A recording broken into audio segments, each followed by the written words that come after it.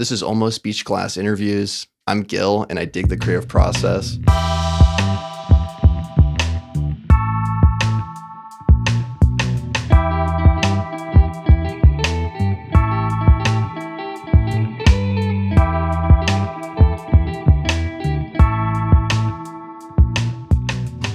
Today, my guest is... My name is Tucker Bain, a.k.a. Villain Acrylic. I do singer-songwriter, doom folk, alternative folk stuff.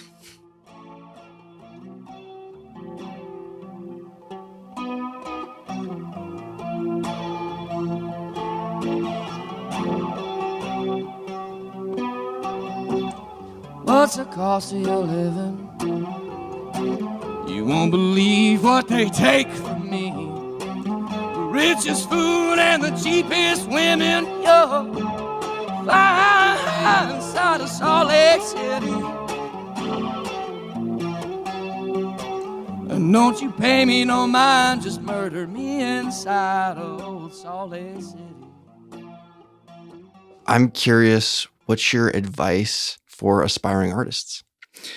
My biggest piece of advice is something that I figured out probably like 3 years into playing and writing my own music was when you're sitting around and people ask, like, you know, say the time comes for you to finally like play a song that you wrote that you're excited to play to people. There's always that initial embarrassment of like, oh, everybody's looking at me and I'm playing and this is weird around a bonfire or whatever, when they asked you to play a song, when you're like, hey, I got something, you know. And whenever the time comes to play your music, I don't know, I just got to a point where I was really tired of bastardizing my work, where I'd spent hours and hours sitting down and practicing and rewriting and trying to figure out what sounded better. And then when the time came to actually play for people, I would sit down and be like, oh, I don't know, maybe it's in tune, and play it soft or fuck it up because I wasn't really, you know. That's evident. And so if you were doing something and you're going to play a song, do it fully and give your whole heart to it, because you owe it to yourself to show off what you've done. Like if you were to, like, you just be like, this is me, this is my art, and I have put work into it, and you should not be ashamed of it. So you should be very proud. You're talking about when it's time to perform, that you commit fully into it and that you Completely. Don't go, oh, hey guys, let me ease into it and see if people like it, and then maybe I'll try. Yeah. That's why I like metal a lot. Like a lot of like death metal stuff. Like I saw Phil Bozeman, like the lead singer for Whitechapel, like this big death metal band, and it's like on his Instagram, he's like, my biggest like piece of advice for like death metal artists is like, you can't come out if you're starting to growl. You can't come out like, hey guys, I'm gonna growl now. Like, you got to come out like a fucking monster. Like, you're not wasting anybody's time. Like, so that mindset makes sense from far away, but I just to put myself in your shoes, when I play open mic or something like that, it's so headspace related for me, and sometimes I can rock it and go, I don't give a fuck, I'm just gonna go for it and see how it goes. And then sometimes, actually, the more moments where I'm feeling more in touch with my songs and more vulnerable, it's tough to get to that headspace. How did you evolve into that, or did you for those 3 years before, how did that confidence come about? It does take a lot of time and practice to get to that point of confidence. I forget who said it, but there was a quote I saw that was like, basically, if you are performing, what you have to do is you have to essentially trick the audience into thinking that you have, even though you've played that song 1,000 times in your own room and you're probably tired of it at this point, you have to still relate that emotion in that song and in that moment. And so to like get there to that emotional space of where you were when you wrote that song is hard. It is difficult. So embarrassingly so, I've actually tried to work on this at open mic, and to be able to sing from that very vulnerable place and to leave it all out there. Mm-hmm. I have a tough time coming back after that I feel embarrassed, or maybe I feel a little bit like teary-eyed or something, and I kind of want to dip and be like, and then you're talking about like after I'll sing, going really hard. Yes, I sing, and then people are like, "Dude, like, what? Like, you did that?" And then I'm like, fuck off! I'm gonna go cry outside for a quick minute. So that's a real thing that I was just talking about that with my wife and a couple of friends over the past couple of months. And it's weird. Like granted, I have pretty limited experience performing. I've performed Ramble Tamble and Duroc when they were still open, and some open mics, and that's pretty much it. Like I haven't done a whole lot. But I did one like Main Street Bar too. I guess that was kind of like the bigger one I did, where I had somebody play drums with me. Cool. That was like out in Ferndale. It was kind of a bigger thing. But sounds like Days of the New style a little bit. Yeah. But that is I'm glad you brought that up, because that's such a hard thing when you get into performing. So there's an aspect of performing where regardless of how you do and regardless of what you do, you were going to wake up the next day and you were going to cringe and you were going to overanalyze, and you're going to go from being at this high of being like, everybody's feeling this, we're in the moment, this is awesome. And immediately you're just going, not immediately, you're probably going to have a good, I don't know.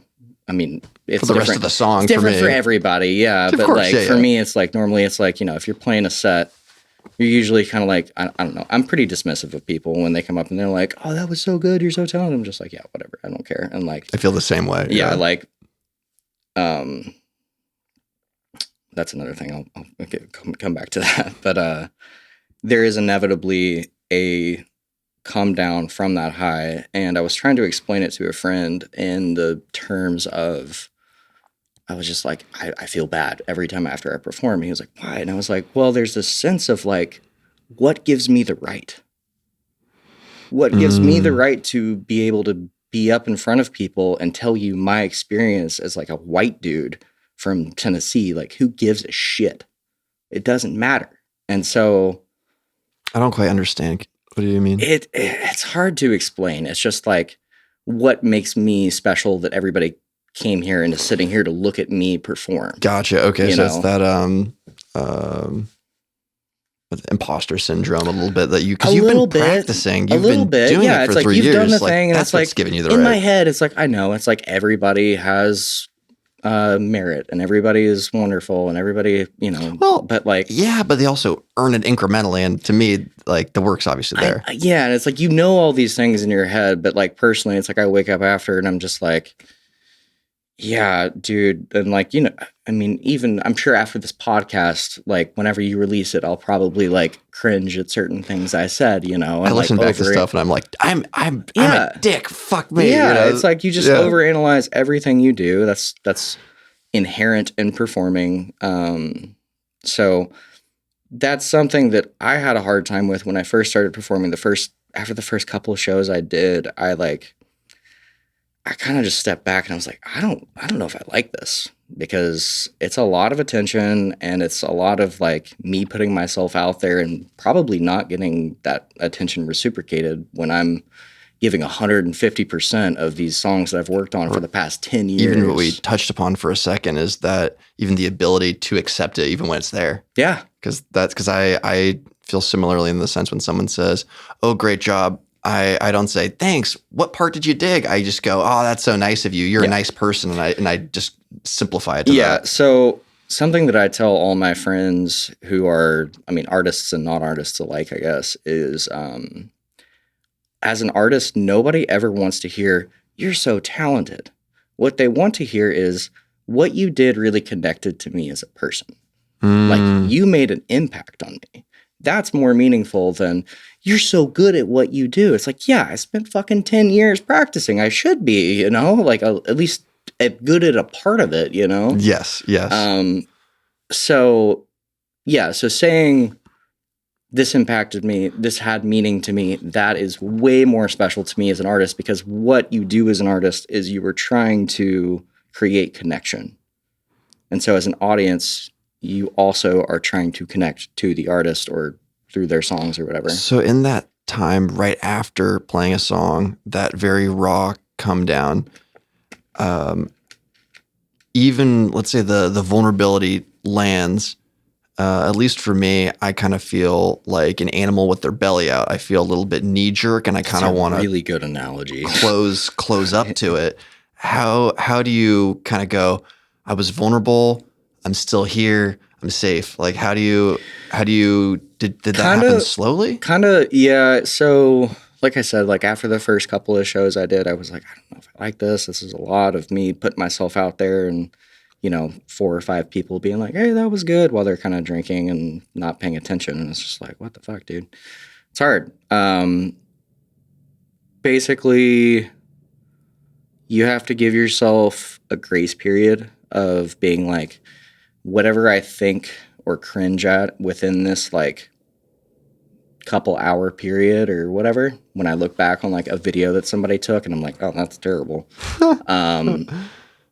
Just dismiss anything that you think basically for just a little bit, and just be like, let's just put these thoughts on hold for a minute, because I just woke up or I just finished the song and I don't want to overanalyze it right now, because I'm still coming down from I'm still experiencing these emotions, and it's not a proper response to talking about discernment a little bit, kind of being it, because I've always thought about like there's a creative side and an analytical side, but it's almost to optimize that creative side, the emotional side, you have to create little incremental gaps and pauses and self boundaries to be able to do that in a way that's not a meltdown, I guess. Well, yeah. And so like in the meantime, basically, it's like you just give yourself a little bit of space and just try to be like, just give yourself the mantra, like, I gave that 150%. I really, really did the best. Especially if you don't fumble or anything like that. I mean, even if you do, it doesn't matter. Like I was when I was playing that show at Main Street Bar, I asked this friend of mine, I was like, I know Main Street now. Okay. Yeah. It's out of town. Yeah. It's in Ferndale. Yes. Actually a pretty sweet little place. They have a dance floor. They do like pool tournaments and stuff. A little bit of a country bar at times. Yeah, dude, I love a good dive bar. Oh man. But so I asked my friend, I was like, hey man, will you play drums for me? And it was like a week before the show. And he was like, I don't know. And then finally he was like, yeah, sure, let's do it. And we had like a week to practice. And so we practiced like 4 times in 1 week. And he's a good drummer, and I have a solid enough rhythm that it was just like, if I started a song and we figured out a signal for when it stopped, as long as I didn't play a song that had a bunch of rhythm changes, we'd be okay. Okay. What were we talking about? Why am I talking about this? I think we were kind of going about that come down and kind of figuring out how to be able to foster that analytical side with the emotional side, I guess. I don't know. That was the broader context that we're talking about. I don't remember. Sorry. But I mean, it was great, but it was just like, we didn't have any practice, and then we got up. Oh, I remember. It was just like how to kind of get in the. Anyways, we got up there, and he was just like really nervous right before, because we only practiced like we only played together 4 times in our whole lives, and he was like, I don't know, man. Like, I don't know. And I was like, hey, we're in Ferndale. Do you fucking care what these people think? Because I don't. Like, we're good. Even if we're in Bellingham, I don't care what these people think, because we're just going to give our best. So there's something really interesting. What I just heard right there is that, like for another person, it's easier to get in the zone, because even though he was nervous, that's vulnerability. If he went like, oh, I'm the shit, I got this, then I would be like, well, hang on, like we've only done this 4 times, I would be more nervous if he was like, yeah, let's do this, we're pros. I'd be like, okay. So it kind of like balanced out that So that's okay. So playing with people that are vulnerable and constructive too can be a nice checks and balances. For sure. Yeah. And I kind of miss that a lot. I was kind of bummed that didn't become a more permanent thing, because it's so nice to play with another person, not only because it's a more full sound, but also it's just really nice to have somebody who's kind of on your wavelength when you're performing, of like, man, I got the pre-show jitters here. And then right after, we're like, I don't know about that. And we can kind of all sit down and be like, yeah, we kind of messed up there, but we had some really good like interactions, and we had some good like kind of feeling out what we were doing, and we nailed that rhythm change. And it was really, really nice for that. It's not something I get to experience a lot, unfortunately, just because I'm not really in a band, so I don't really know what that is. I can relate to that in a past life of wrestling in high school, that even though we're talking about like an actual past, it's like, dude, you've done some serious research. You've done some deep diving. Trip, really, I saw all 1,000 of them. Holy crap, dude. No, I mean in the metaphorical past life. Past life. I had the Black Plague, and I was I was an infected rat then. Yeah. It was very difficult. No, that watching my teammates wrestle, I could feel those jitters in my stomach on their behalf. Oh yeah. And then I would gas them up that they got it, and then I'd know that they're going to watch me. Totally. So I don't want to make them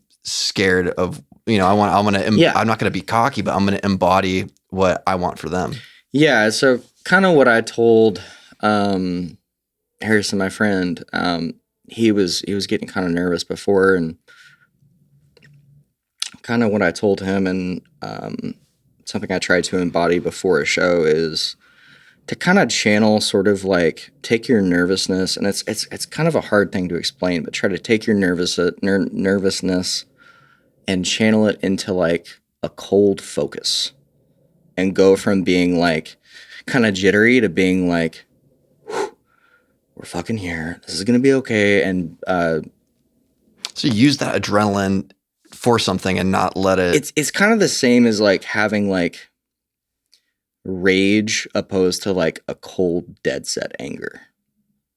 Like a crazy like lash out kind of thing. Like you're taking your nervousness, this crazy lashed out thing, and you were channeling that very focusedly into focus. I think no. I think that's just, I'm just saying that as like, that seems like the point that you're making is that you're taking something that is energy and it's looking for an outlet for it, and then going, boom, it's going to go right here. Yeah. And then you can kind of like taking a deep breath, letting your emotions sort of settle down, and just putting it all in one place and being like, I know where to put this energy. I know how to make this, resourceful, basically. Okay.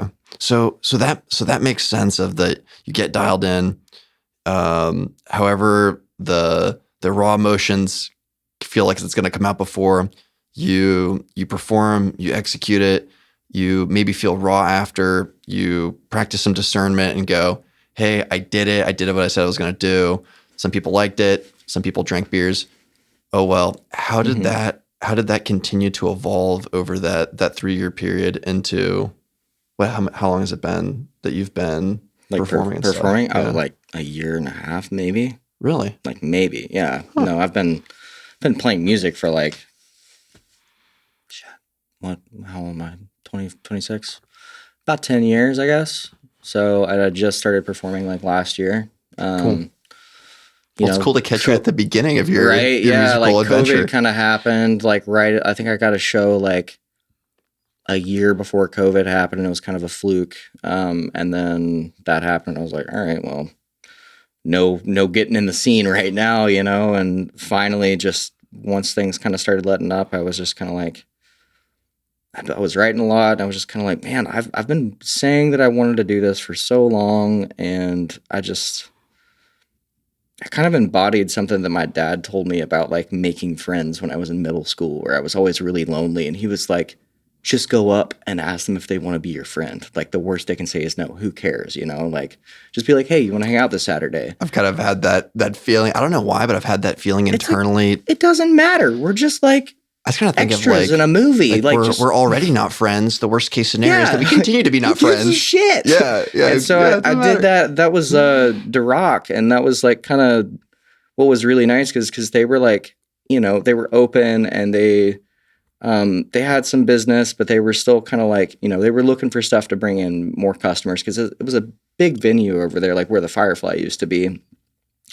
And I just went up and I was just like, hey man, like, are y'all looking for musicians? I do, you have a little back patio here. And the first time I asked them, I think they were like, oh no, we're not really doing music. And that was right after they opened the first time I went there.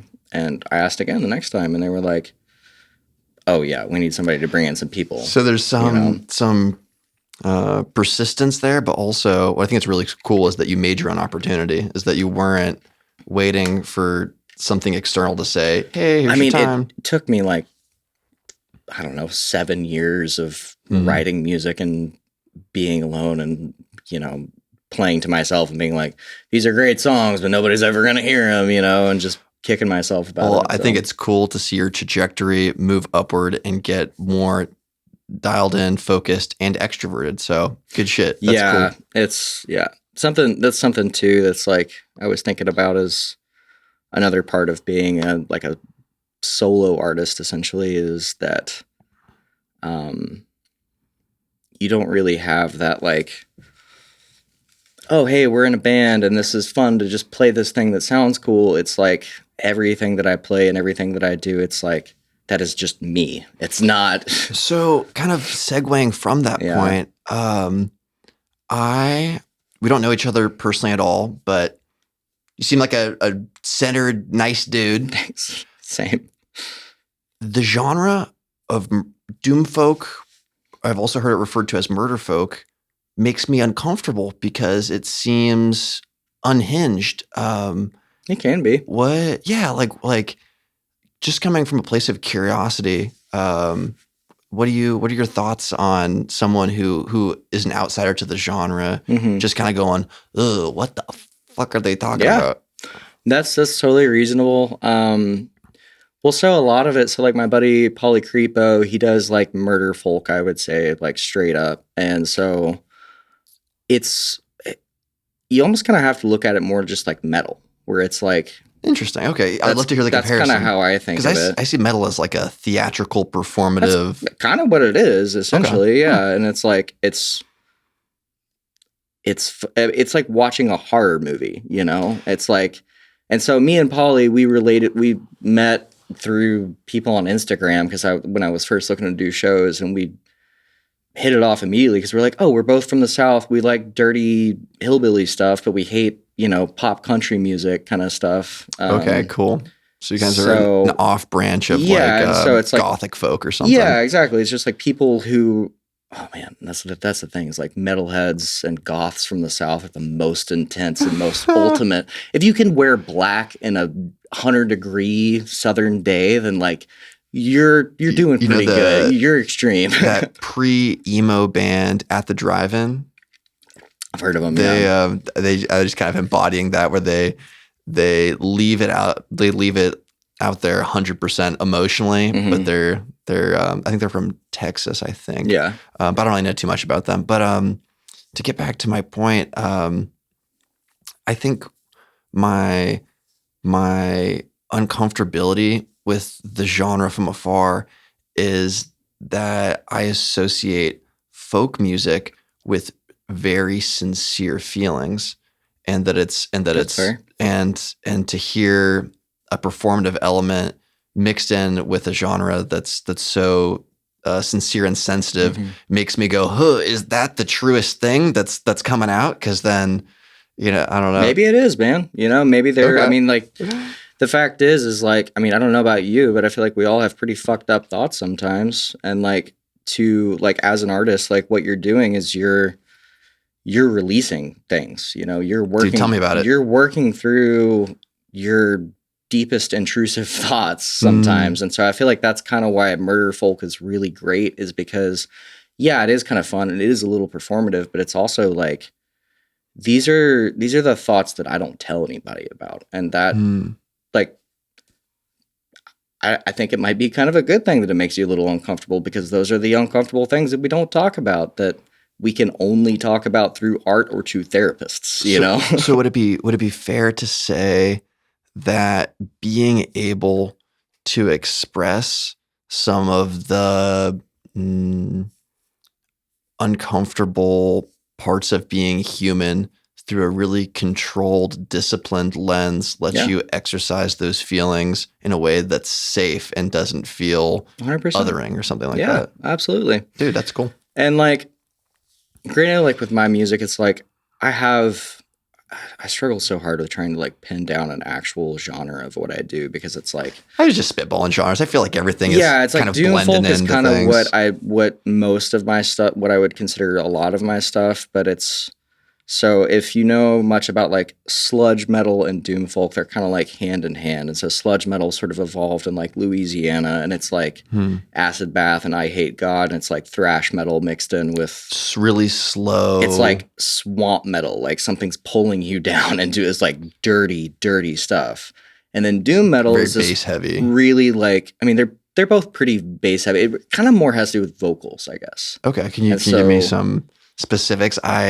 I like metal a lot, but I just understand the very basics of different. I'm more of like specific bands than genres. I didn't start to realize it until I moved up here, because there's just such a good metal scene in Bellingham, and Ray from Mountain Saturday, I used to work with him, and he kind of like lined it out for me, like the difference of sludge and doom is like sludge is like dirty New Orleans, like pulling you down to a swamp, like kind of thing, but it's still really slow, like you're trudging through mud. Okay. Doom metal is still very slow, but it's normally paired with like really clean vocals, like Windhand and Mesa and stuff like that, where it's like really good, heavy, ambient sound with a generally female vocalist doing a very proper like. So I think and it's awesome. Your vocals are like the combination between the two, because you are singing, definitely like belting, doing and I perceive it as like athletic, of that you got your diaphragm flexed, you're trying not to blow out the shit in your neck. But then you also are pushing it to a point where there's some like vocal fry at times, where there's like, is that sustainable?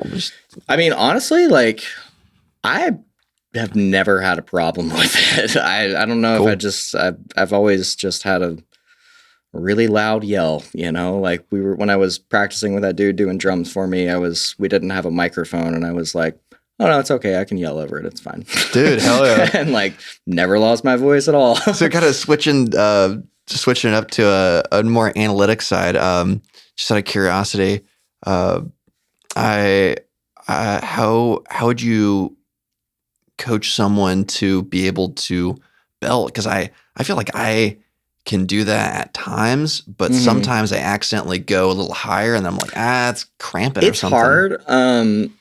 I would say, well, first of all, you need to give yourself space to explore your own voice. Is really important. So listen to a large variety of artists,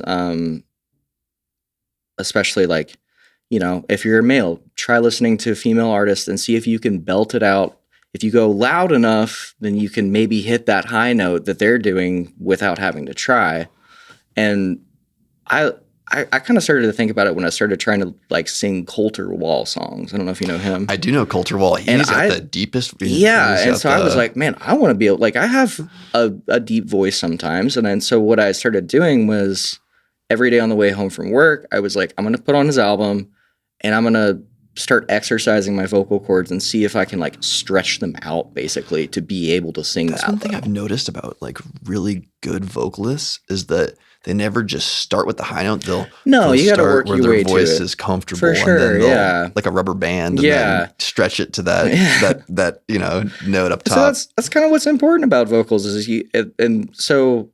that's something my dad. Another thing that he told me is, vocals is an instrument. Like fucking Robert Plant isn't just up there with a tambourine. Like he's playing an instrument. It's just what he's got on him. And so you have to practice with it like any other instrument. Okay. So you have to get used to the nuances of what your body can do. You have to figure out like, how high can I go? How hard do I have to sing to get that high? How low can I go? And how much do I have to kind of take a deep breath and relax my vocal cords to let them drop down. Basically, it's hard to explain, but Well, I guess just to repeat it back to see if I'm catching any of it, is that listen to an array of voices, kind of see what the potential of what your voice could do, and then come at it from a very sustainable lens of go where your voice is low and comfortable, and then kind of just play with it from there. And I usually kind of start with like a mid-range. I mean, depending on the song, I guess, but like I start where I know I can comfortably get, and then I like to just kind of, the more you play a song, the more you'll figure out like, oh, it'd sound a lot better if I did like a little bit higher, did like a little howl right here, or dropped it down low and did a little bit of a growl here to make it kind of dirty, And so it's like, that's what I really like to do is like, once you get to the point of knowing your voice really well, you can play around in whatever environment you're performing in, and you can be like, hey, I'm going to play this song, but I'm going to add a little howl in here to kind of capture everybody's attention a little bit, Your neighbors are probably thinking there's a werewolf living next to you going, I think he's transforming again. Last show I played was at the Ramble Tamble. It was kind of a last minute thing, and I was just like, thank you all so much for letting me scream at you, because it's a lot more fun and healthy than doing it at home by myself. Dude, so I think that seems like the ultimate growth from the earlier part of our conversation of kind of, I don't know how immediate it happens for you, but for me, it's like directly after that, I'm like, I'm out. I'll see you guys. But yeah, to get to that place where that you can acknowledge the audience and see them as they see you. Yeah. So, dude, that's cool. Well, I mean, part of it too, of like not just piecing out immediately after, like when you're doing in a paid show, is that you kind of have to stick around to get your money. I think to rephrase that by piecing out is, I mean, that like I would go out to the patio. Oh yeah. Isolate for 5-10 minutes and then come back in like I entered in for the first time. You need a little bit of time to kind of reorient yourself and sort of like process like that. That's fair. Okay, you're not wrong. Okay. Right on. I think everybody does. Every show I've ever been to where after the artist finished and packed their shit up, they went outside for a smoke. That's okay. Fine. Gotcha. Yeah, I guess so. Just to repeat back some things that I wanted to take with me and to potentially try to embody myself would be the discernment of after you play to be able to affirm the hard work that you've put in and to not let the feelings of doubt or whatever might be a passing thing to dominate the internal narrative. Yeah. So I think that's a really cool one. I also dug. Love the way you rephrase my words. It makes me sound so eloquent. Dude, I appreciate you being able to share these nuggets of knowledge. And now, after complimenting me, I'm going to go, I can't remember the second one I was going to say. Sorry for interrupting your thought process. No, it's good. It's good. I got to stroke my long, non-existent beard. Yeah, there you go. What was the second thing that we were talking about? There was something in the middle. It was before we were talking about genres and stuff. We were talking about performing. That was one thing. And like, but I don't know. There's something in the middle. I'll listen to it back and go, yes, that one. Mystery point number 2 that I really dug. And then I think the last thing was in regards to vocals, to be able to get different reference points and then start low and build up from there. Do you don't necessarily have to start low either. Like I mean, you can come in guns blazing if your vocals are, because I mean, like sometimes like I have a couple of songs where it's like I specifically start like kind of thing, and it's like it's fun to do that, to kind of just like immediately grab somebody's attention, and it's like that's something that if you're an artist and you're writing is like, how can you sort of like demand your presence be known in any environment? I've heard about that,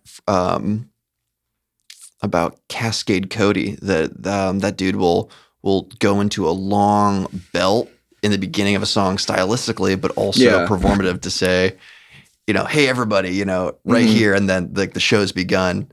But also I'm kind of curious, do you feel connected to your body when you sing, or are you very much so? Yeah. Do you have any tips of how to keep that in mind? I would say, try to maintain just mindfulness of how you're doing it. If you are singing loudly, especially if you're playing more than 2 or 3 songs, I mean, even if you are, you still need to protect your voice. You still need to, just be conscious of that, because it's really, it is easy to hurt yourself. That kind of goes along too with like exploring your voice. And, when you get to that point where it's a little too high, maybe take that to a different key so that you can still hit a similar note. But yeah, I mean, you just, once you get to know your voice a little bit better, then you will be able to, it'll kind of come naturally, where you're like, I'm about to hit this note. I need to like kind of hold my body a certain way. Of like of how to do it slow at first, and then once it feels right to be able to slide into that muscle memory. And you will hurt your voice. Like I have a couple of songs there that there's a cover I do of Buffy St. Marie that's like, it is a high howl for me, and I have lost my voice a couple of times doing that, where I was like, I probably shouldn't play that, but I'm going to because it sounds really cool.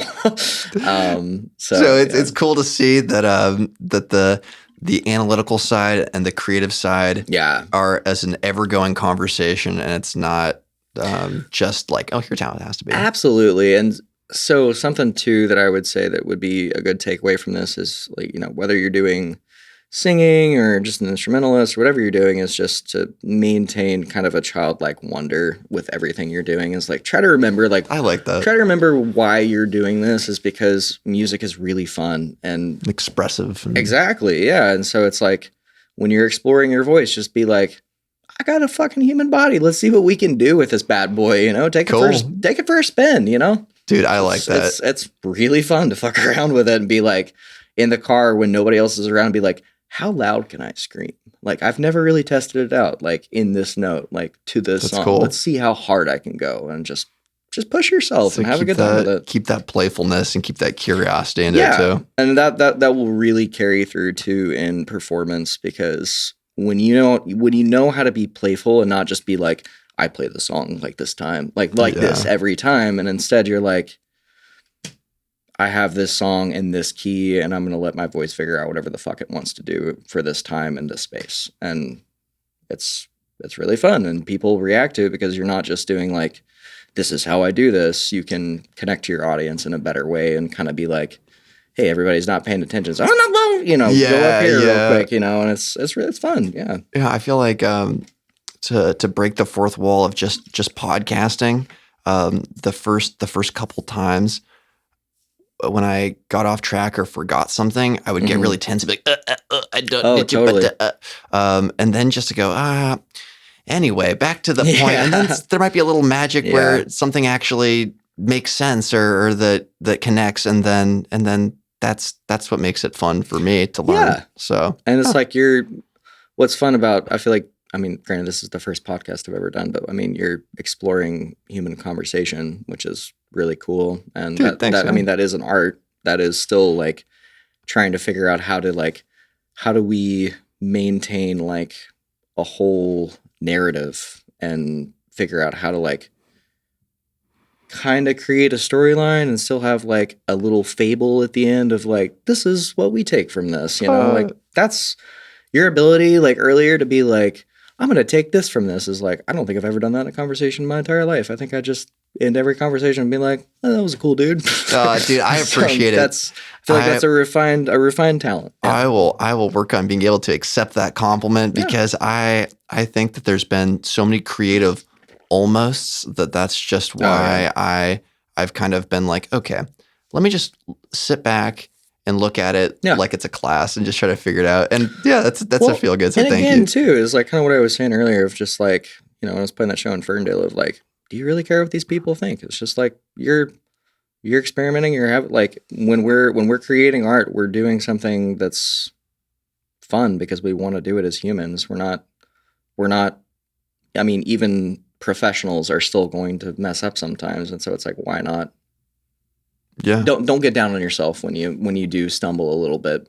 Like, especially if you're performing music, like if you stumble a little bit, it's like, catch it up and laugh, and everybody's going to probably laugh with you. Don't take yourself. True, because that's just as lyrics can be humanizing. Yeah.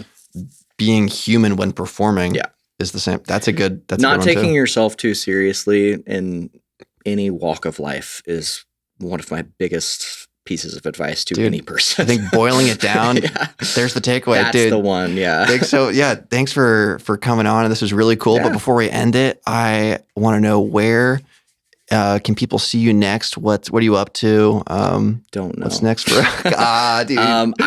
So it's funny. So I said that I got that show at The Rock a couple of years, or like last year, and I think I figured out The Rock, and I got our first one or two shows at Ramble Tamble.